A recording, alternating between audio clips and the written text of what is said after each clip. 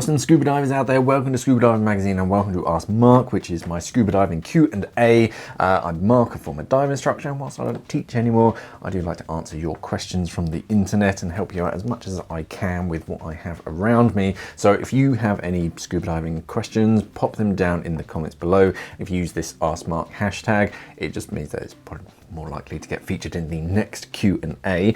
This week I'm answering questions about buoyancy checks, how to do them properly and whether you're a little bit too heavy or a little bit too light, cold water regulators in warm waters, dry suit storage, mixing regulator brands, going diving, and the brand Tecline. Let's dive straight in with the first question, which this week comes from OmaKicks, and they say, "Hi Mark, congrats on this new channel, thank you.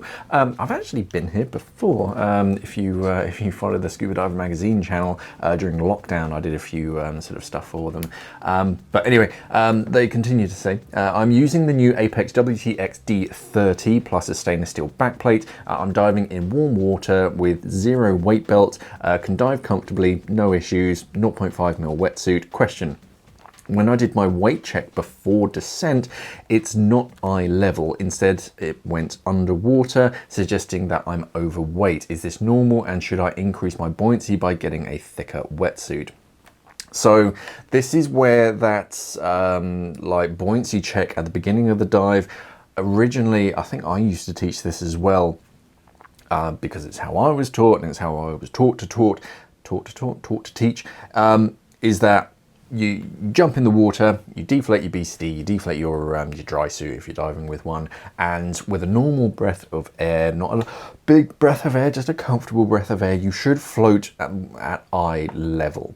Now, that's not perfect. The best way to do, I will answer your question, the best way to do a proper buoyancy check is actually at the end of the dive with a mostly empty cylinder, because the buoyancy of your cylinder changes a little bit based on the pressure inside of it. I mean, some aluminium cylinders will go from negatively buoyant when they're full to positively buoyant when they're empty.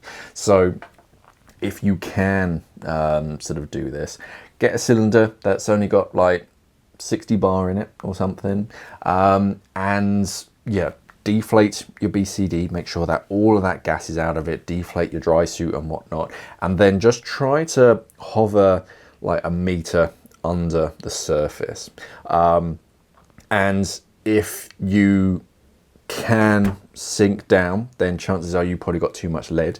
If you can't stay down, then chances are you need a bit more lead to compensate, because at the end of the dive you really want to be at a position where you can hover at your minimum depth with no buoyancy in your BCD and no buoyancy or no additional buoyancy in your dry suit, and just continue that stop should you sort of need to, and that way you know that you have the correct amount of lead.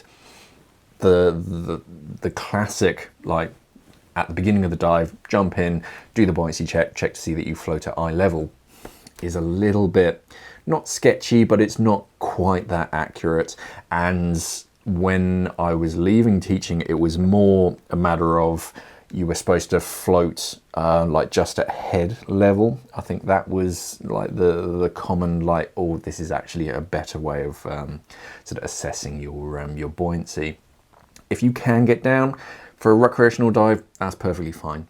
Where it's going to come to cause an issue is if you dive particularly deep, because remember that the buoyancy of your wing is limited, and when you get down to a certain depth, and these are usually quite great depths, that even that 30 pound won't get you back up. So if you're not diving with any negatively buoyant lead that you can ditch, then yeah, diving down deep can be quite dangerous. So for a recreational dive, if you're staying above like 30, probably up to 35 meters, you should be perfectly fine. But if you are diving particularly deep, then yeah, I'd consider either swapping that stainless steel backplate out for an aluminium backplate, or yeah, getting a larger wing maybe the D40, because that's got an extra £10 just to sort of allow it. It sounds like you're not particularly buoyant by the sounds of it. But yeah, a wetsuit would help, but again, as you go down, remember that wetsuit is going to compress, so you're going to lose that buoyancy the deeper down you go, which is exactly what you don't want to combat this effect. So a dry suit would be better, but if you're diving in warmer waters, it's not quite so nice diving in a dry suit, unless you are diving particularly deep. But yeah, these are all considerations only if you're diving particularly deep. If you're just staying in recreational levels, you should be perfectly fine. But ideally, yeah, you would want like an additional buoyancy source, even if it's like an extra DSMB or something that you can just inflate and literally hold on to just to add an extra few pounds of lift. All these things you kind of need to consider when you're going particularly deep, but for recreational diving, you should be okay. James Collins says, I was able to get a hold of a mil-spec MTX, not the R or the C, so not the R or the RC, so the black version, and was mostly looking to use it in tropical waters. In the past Q&As, you've maybe mentioned getting MTX-Rs adjusted for summertime use. What should I say to the technician in order to get it tuned for warm water diving? Is it just dialing the cracking pressure out? Sort of. So the MTX is basically the military version, so it's the all like matte black version. I think it's they did something to the magnetism or something as well to it, although thinking about it, brass isn't magnetic, I don't think. Anyway, so with the MTX, you don't have breathing adjustment, or at least not one that you can do in the water. Now this is something that you can do by yourself. If you know what you're doing, it's a lot easier if you have an inline adjuster, but if you don't, then yeah, it's best to go to an Apeks technician. All it basically is just probably on the second stage. They might fiddle with the first stage, but the second stage, yeah, all you're doing is you're just moving, you're literally just unscrewing one little section so that it relieves some of the like force of the spring pushing into that sealing surface. You're just moving the sealing surface a little bit further back, so it's not as hard to inhale. But it's not particularly necessary. It's more the other way around. Because the MTX was made for like the worst conditions, literally Arctic cold water diving, they did set it up particularly stiff to less likely it to free flow. Sentence didn't make much sense, but yeah. So if you then go and dive in some warmer waters, it's going to perform exactly the same. It's the other way around. If you get something that's like set up particularly light for warmer waters and then take it cold water diving, it's a bit more likely to free flow. So that way you then normally go to the technician and say, oh hey, I've got these regulators, but I am diving up in the Arctic Circle or something, can you set them up for colder waters? And they'll just dial it in a bit so it's a bit stiffer. The other way around, it's less an issue. It's going to be a bit more comfortable, a bit nicer to dive with if they do dial it out for you for warmer waters. But yeah, just have a chat with the technician and just say, oh hey, I got hold of these. At the moment they're breathing quite stiff. It's what the MTX is known for.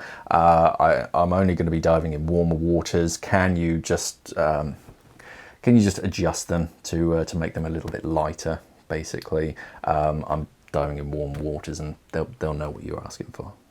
Hector Tamez says, hi Mark, thanks for the extremely useful videos. You are welcome, Hector. Do you store your dry suit with the zipper open or closed? How do you hang it, store it? The manufacturers of mine recommend storing it with the zipper closed, a Fourth Element Argonaut 2.0, yet instructor and other divers recommend storing it open for less tension and memory in the zipper. Thoughts?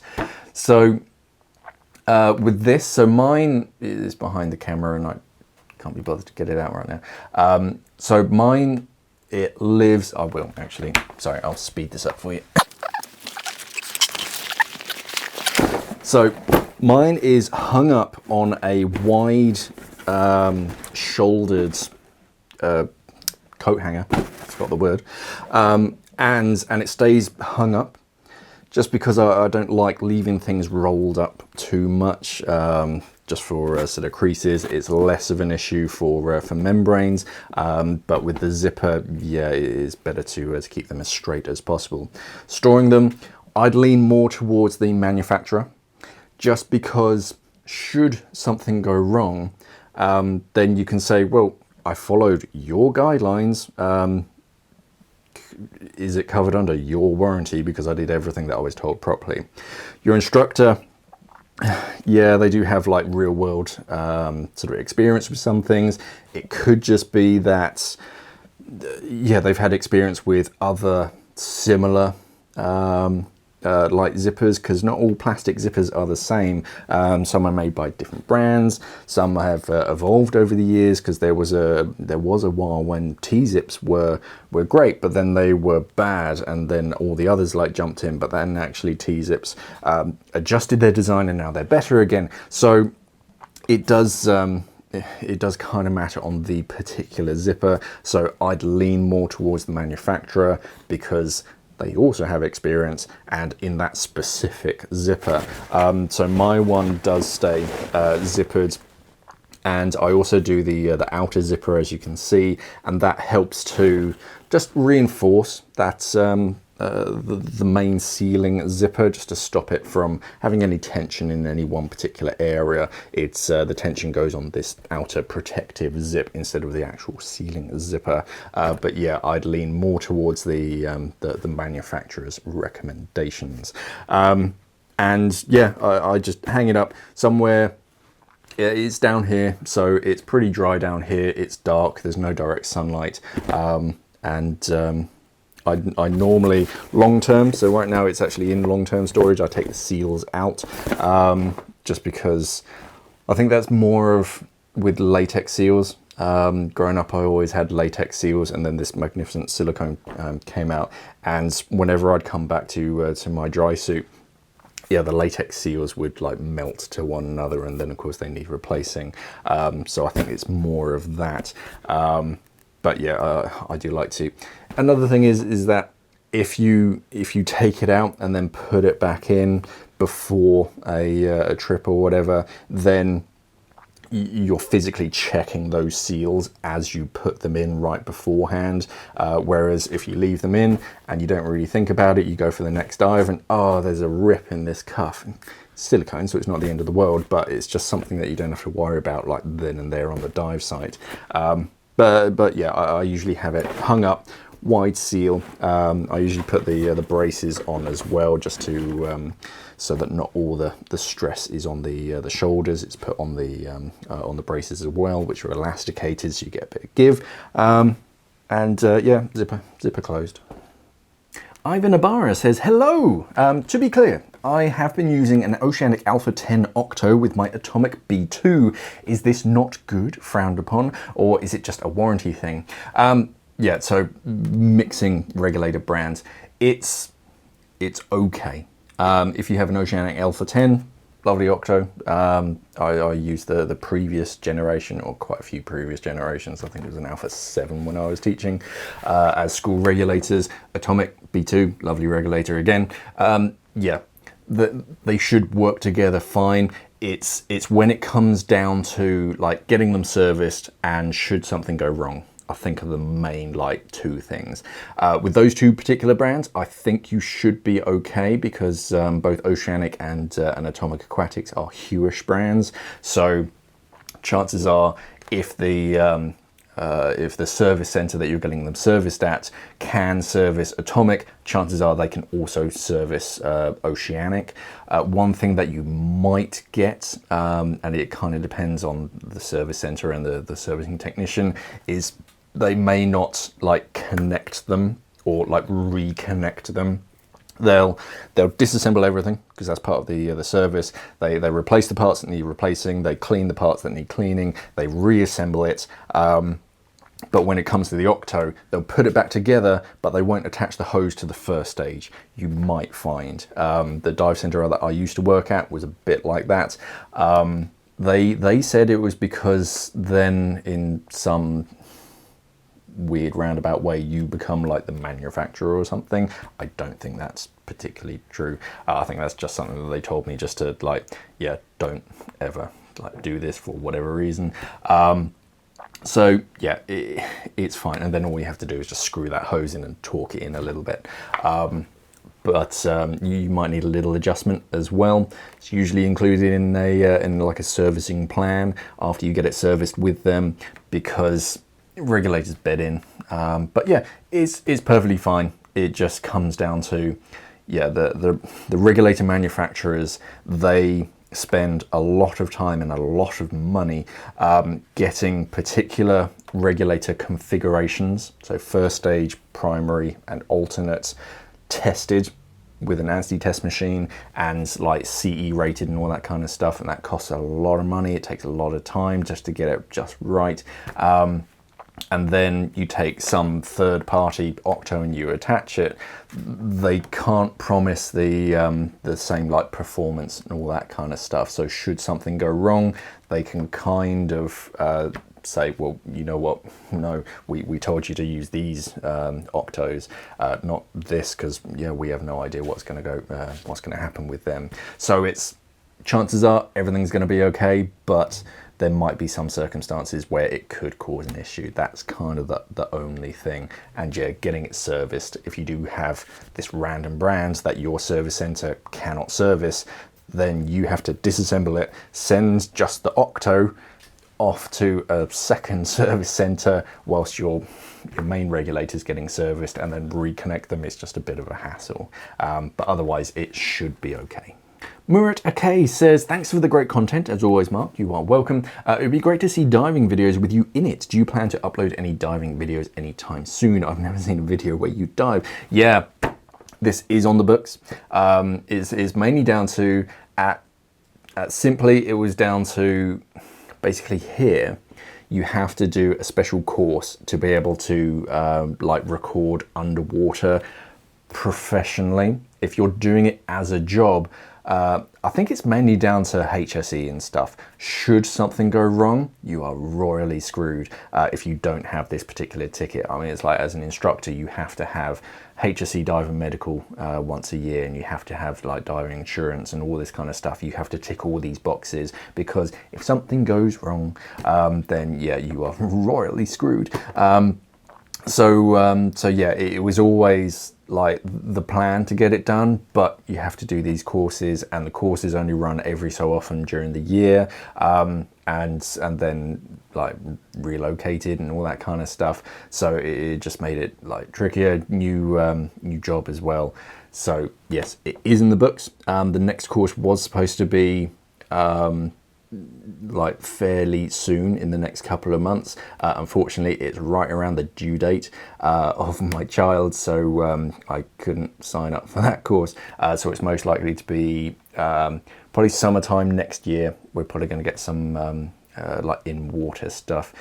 Believe me, we want to do as much in-water stuff as possible. It's just the logistics and the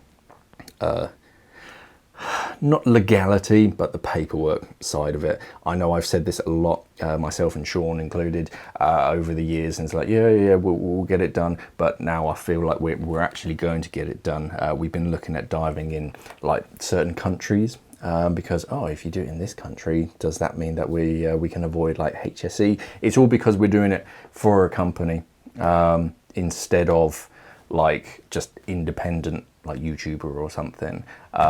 No, I get my like salary paycheck, so because of that, I'm doing it for work. So then I have to have certain boxes ticked, and it mainly comes down to paperwork. So yes, it is going to happen. I think Mark Evans, the other guy here who does some videos, he's one of the editors. I think he does a lot of like photography stuff, so I think he's planning on doing some video stuff as well. So yeah, it will happen. But yeah, as soon as you do it for work, it gets a little bit paperworky. And their second question is, do you know of the brand Tecline? Care to review some of their regulators maybe? Yeah, I know of Tecline.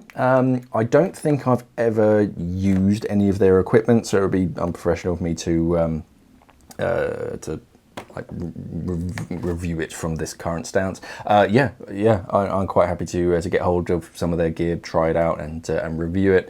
I think Mark Evans did one on their one of their umbilical torches, a cable lights, not that long ago, a few months back, and yeah, they're a Polish brand. From what I know, they started as a dive center, and then they started getting into the manufacturing side of things. I'd like to see their, or I'd like to get my hands on one of their peanut wings. It's like a donut wing, but different. The top section around your shoulders is very cut down, and the inflator is on this little, like, I don't know, hunchback section to really maximize buoyancy lower down. They say it helps you like lift a bit higher out of the water when you're in this on the surface, and the buoyancy is a bit further down, so horizontal trim's a bit easier to achieve.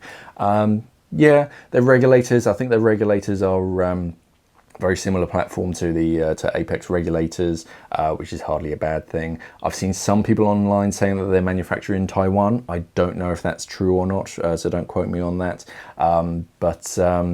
Yeah, you do see them quite a lot on social media. Their social media game is pretty good. They're one of these like newer brands that are a bit more tech savvy. Doesn't sort of make sense, but they're good with like social media, so you do see their brand sort of online a bit more. And I think they do have dealers in quite a few countries nowadays. That tends to be the downside to these newer brands.